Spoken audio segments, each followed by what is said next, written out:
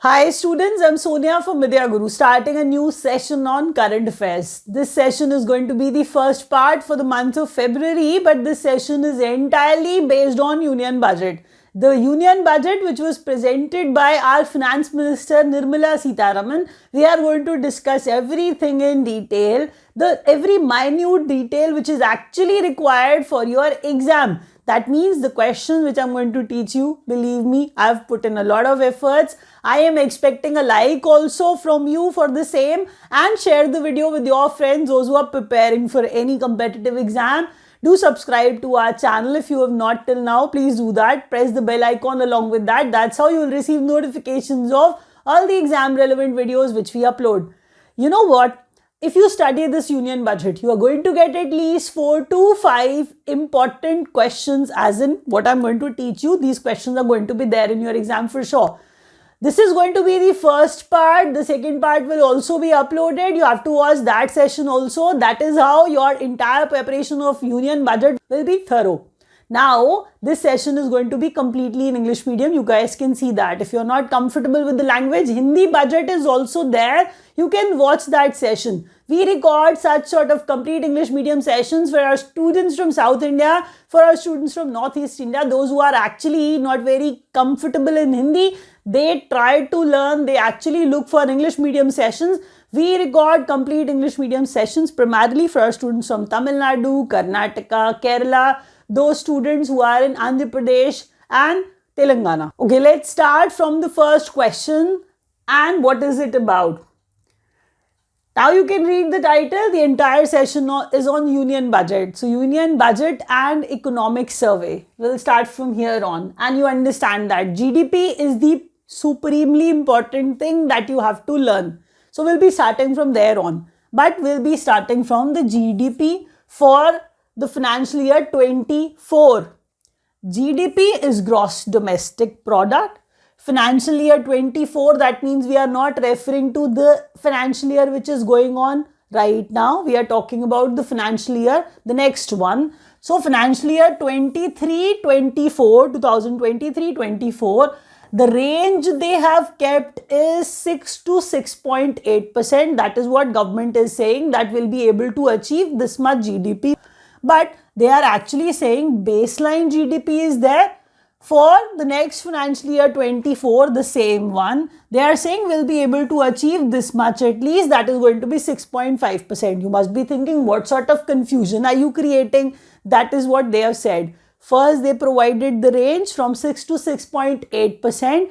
In your exam, if you get one number, GDP, for 24 financial year, your answer is going to be 6.5%. But in your exam, if you get some sort of range for GDP for the year, financial year 24, then it is going to be, it will vary. The range will be written as the government has provided it to us, from 6 to 6.8%. That is it. When you move to the current financial year, which is going on right now, from 22 to 23, the GDP, they are saying that it is going to be 7%. The past financial year, 21-22, they are saying it is going to be 8.7%. That is what they are saying. So the past financial year, 8.7%. Current financial year, 7%. The next will be able to achieve 6 to 6.8%. That is what the government is saying. Then we move to the growth. Growth in exports. So exports growth for the current financial year is 12.5%. The one which is going on, the one which will actually end on 31st of March. So government is saying we'll be able to show this sort of growth in exports also. So this is the percentage. Industrial growth for the current financial year is 4.1%. Services growth for the current financial year is 9.1%. So till the year ends, they are saying we'll be able to post this sort of growth. Agri and allied for 3.5% for financial year 23. That means the one which is going on. 3.5% for agri. Now, what is the size of economy? The size of our economy is third largest in the world as per purchasing power parity. So purchasing power parity, as per that, we are third largest in the world. And if you actually talk about market exchange, so market exchange happens in dollars. We know that.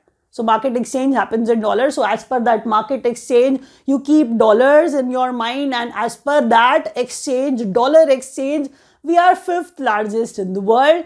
When you move to the lowest point, the most important, per capita income. So per capita income, we average it out. 1.97 lakh.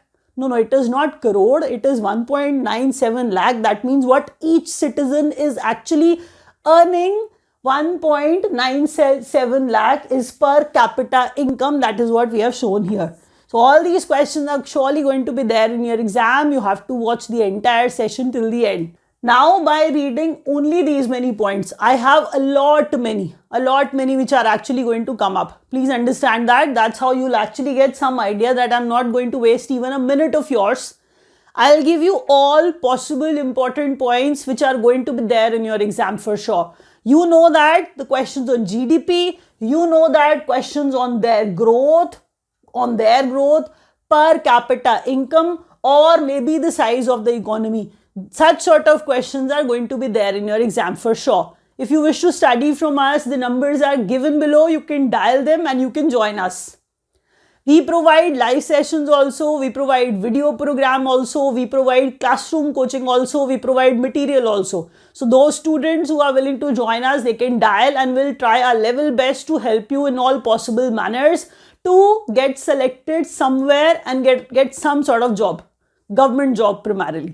Let's start and let's move to the next page.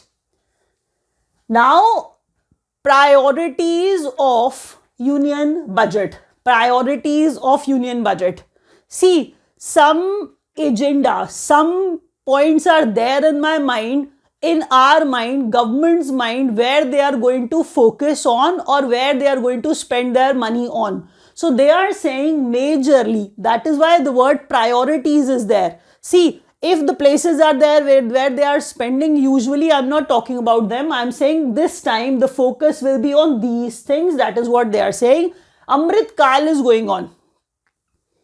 Priorities of union budget. Saptarishi. Sapt in Hindi means 7. That is why 7 priorities of the budget 2023-24. If you can read what is written here, one is inclusive development, reaching the last mile, infra and investment, unleashing the potential, green growth, youth power, financial sector. Amrit Kal is going on. Government has 7 priorities while presenting this budget, and these are the priorities Saptarishi on your screen right now. If you are not able to read them, that is why I have read them. Let's move to the next point, which is deficit figures. Deficit, that means we are actually going to talk about some sort of loss. Yes. So deficit figures, let's start from fiscal deficit. Fiscal deficit. See, everybody remains inquisitive to know, eager to know more about fiscal deficit. What fiscal deficit is? Deficit is when your income is less and your expenditure is more. That is what we believe. If I am earning more, I am spending less. No deficit is there. Deficit is only when my income is less and I am spending more. That is why deficit, such sort of deficit sort of things, do come in the picture. Now, read it here. Before telling you the figures, let's read it. How they calculate.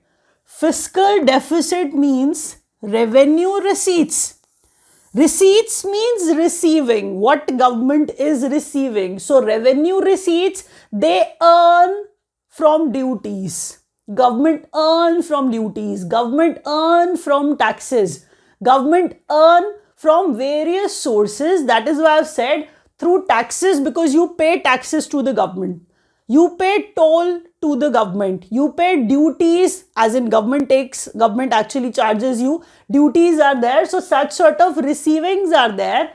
and you have to add something that is non-debt capital receipts. Non-debt, that means where government will not face any sort of debt. Capital receipt. Please understand the word disinvestment. Disinvestment where the government is selling its assets. The government is selling its assets. Whatever they sell, out of which non-debt is there. If government takes loans from some source, from some other nation, if they are taking the loan, obviously they have to see it is a debt. It is a debt receipt. It is not a non-debt sort of thing. That means the government is actually taking loan. They have to pay interest on that and the loan had to be repaid. Here we are saying non-debt capital receipts. Government has some asset.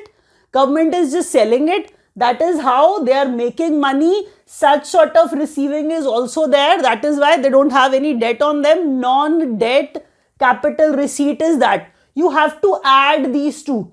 Revenue receipts, government's income. Non-debt capital receipts, government's income, and minus total expenditure of the government. It makes fiscal deficit. Expenditure is bound to be more. That is why deficit. You understand that. I am saying in our case, and I am saying total expenditure like salaries. Government employees are there. Government pays salaries to them. We get subsidies also.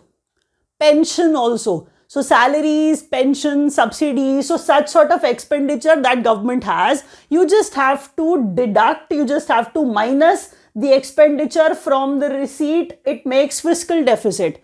Now, fiscal deficit 23-24, 5.9%, referring to the next financial year. Pay attention to the years as well carefully. Fiscal deficit for the current fiscal year, fiscal deficit for 23-24, current fiscal 5.9%, 22-23 6.4%. This one is the current and this one is for the next one. Let's talk about it once again very quickly. For the next 2023-24 fiscal year, 5.9%. 22-23, the one which is going on, it is 6.4%. When you look at this, fiscal deficit reflects total borrowing requirement of the government. That is what we were exhibiting here through this formula sort of thing. Let's proceed to the next point. We'll talk about some other sort of deficit figure now, and it is revenue deficit. Revenue deficit. Revenue deficit. See, deficit word means loss. Please understand that.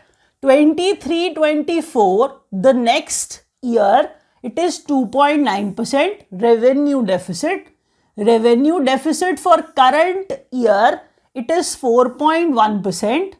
When you talk about primary deficit, 23-24, the next year, 2.3%.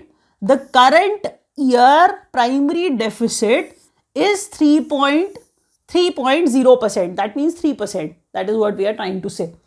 Now, they are actually telling you what primary deficit is.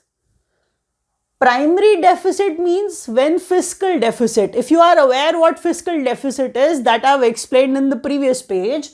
Fiscal deficit, you just have to deduct interest payments, FD, fiscal deficit minus interest payments. What comes out? Primary deficit. When you talk about RD, revenue deficit. Revenue deficit means revenue receipts, receiving minus revenue expenditure. Revenue receipts minus revenue expenditure is revenue deficit. So revenue word is there, and that is how you can learn the formula as well, how it is calculated. The numbers are of utmost importance. That is what I believe. You have to learn them carefully. You need to know very well that revenue deficit for 23-24 is 2.9% and for 22-23 4.1%. So such sort of classification is there, and a lot many numbers are there. There's a possibility some sort of confusion can be there, but don't get confused. Try to revise them often because they are going to stay a little while, because it was presented by our finance minister at, it has, you know, some value. It is going to be there in your exam. Be careful. Let's move to the next question. See, if you are on the third page with me, there will be a second part which I'll be uploading on union budget, and that is going to come up soon. So watch that session as well, because it is going to give you at least 4 or 5 marks in your competitive exam. Look at this page. Here, the money is going to be spent by the government, and how and where they are actually going to spend it. Let's read it. Let's read it. If you calculate the total expenditure of the government, you'll be dividing it like that. Subsidies on subsidies, the government spends 7% of its expenditure. Centrally sponsored scheme, 9%. Centrally sponsored schemes, 9%. Subsidies, 7%. Defense, most important, 8%. Defense, most important, 8%. Interest payments that government does is 20%. Interest payments that government makes, 20%. Central sector schemes. Central sector schemes, 17%. Finance commission and other transfers. Finance commission and other transfers, 9%. When you actually move to states' share of taxes and duties, because the taxes which central government collects, they have to distribute it to the states as well. That means they are actually bound to be given their share as well, if any state is also receiving the share. Majorly central government will be receiving it, and after that they have to pay that share to the states too, and that is 18%. When you move to other expenditure, miscellaneous sort of, 8%. Pensions, 4%. Pensions, 4%. You just have to understand, if I have to spend 100 rupees, I'll be spending 7 rupees to subsidies, I'll be spending 8 rupees, to defense, then 9 rupees to centrally sponsored schemes, and so on. That is what we are saying. This is the classification. That's how government spends its money. When we move to the next page, here we are going to discuss how government earns, from what all sources they make money. And when we move to this page, you have to look at the first thing, and that is income tax. And we all know that government earns through income tax. How much? What is the percent? I'll be telling you major things in numbers also, if they are significant for your exam.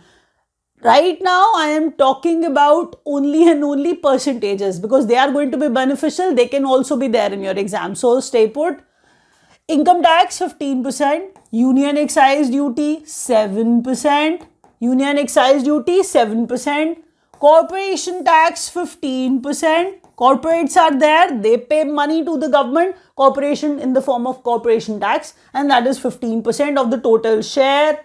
Now, goods and services tax contributes a lot. It is 17% of the government's income. Customs, 4%. Customs, 4%.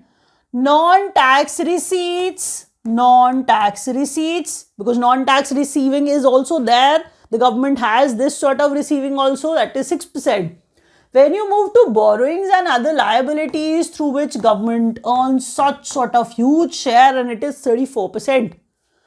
Now you have to understand that there are, things which are discussed, in the budget. The sources from where government earns and the places where government spends.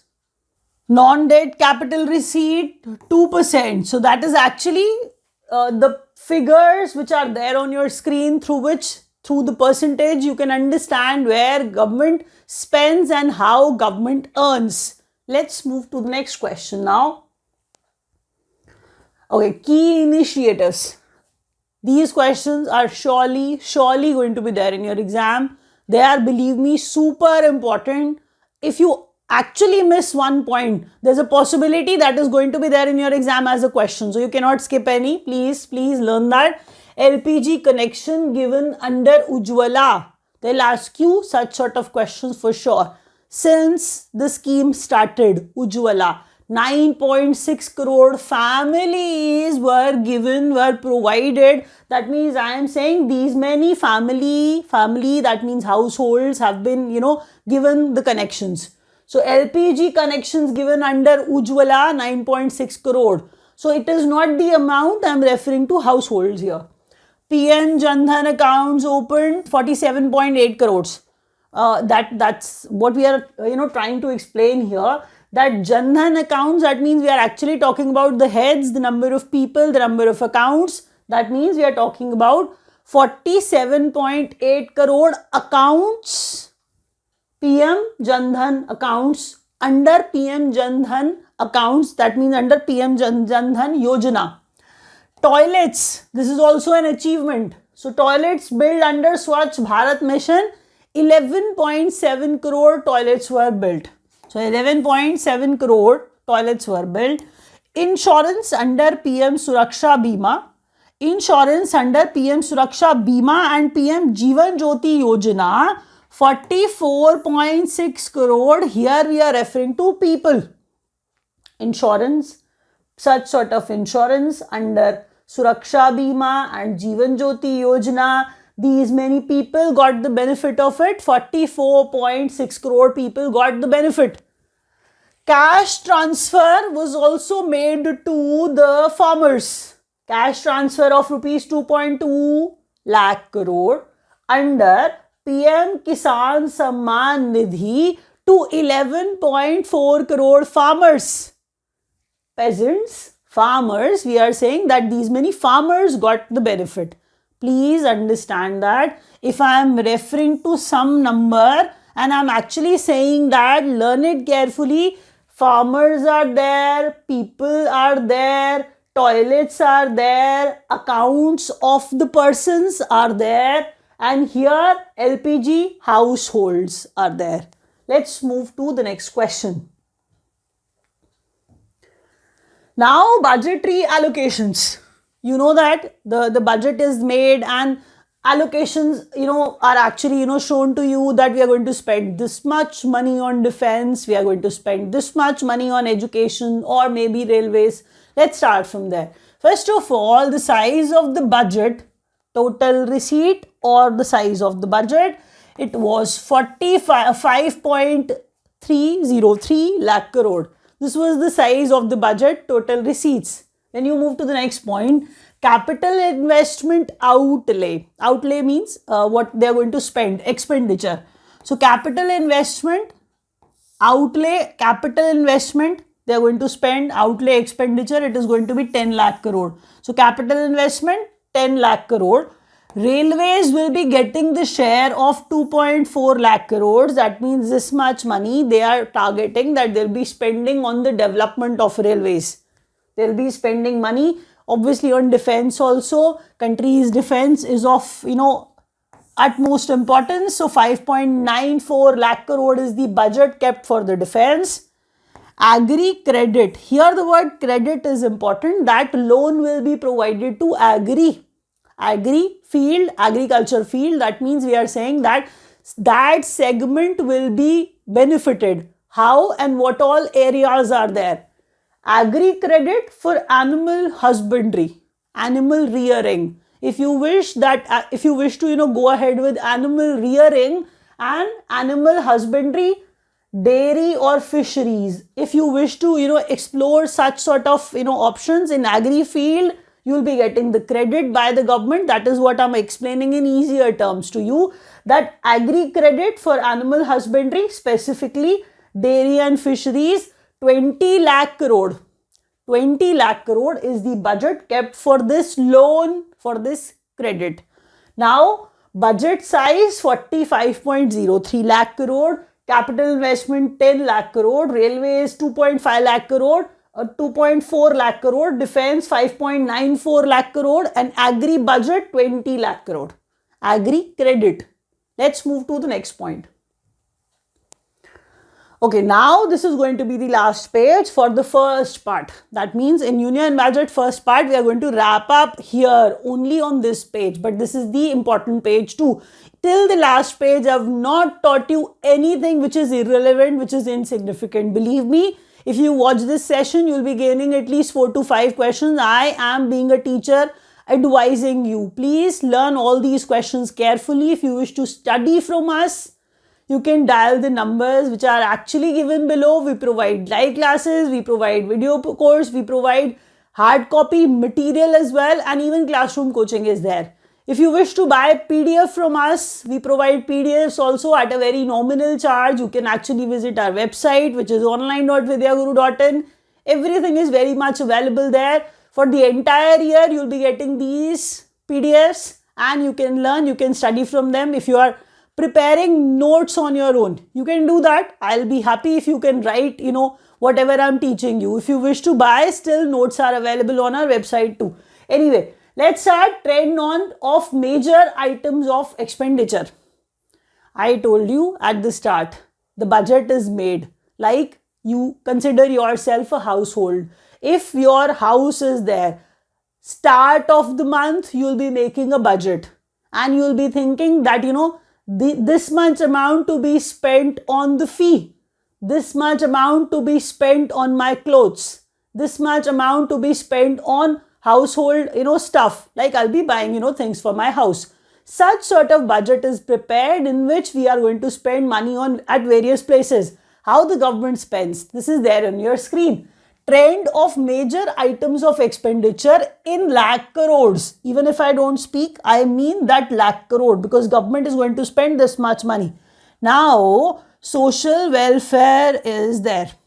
Social welfare is there, in which 0.55 lakh crore will be spent by the government. This segment, urban development. Urban development is in the minds of the government, and that is the reason they are going to spend 0.76 crore on that. Must be thinking why I am not highlighting the rest too, because there are 3 colors which are visible to you on your screen. I know that.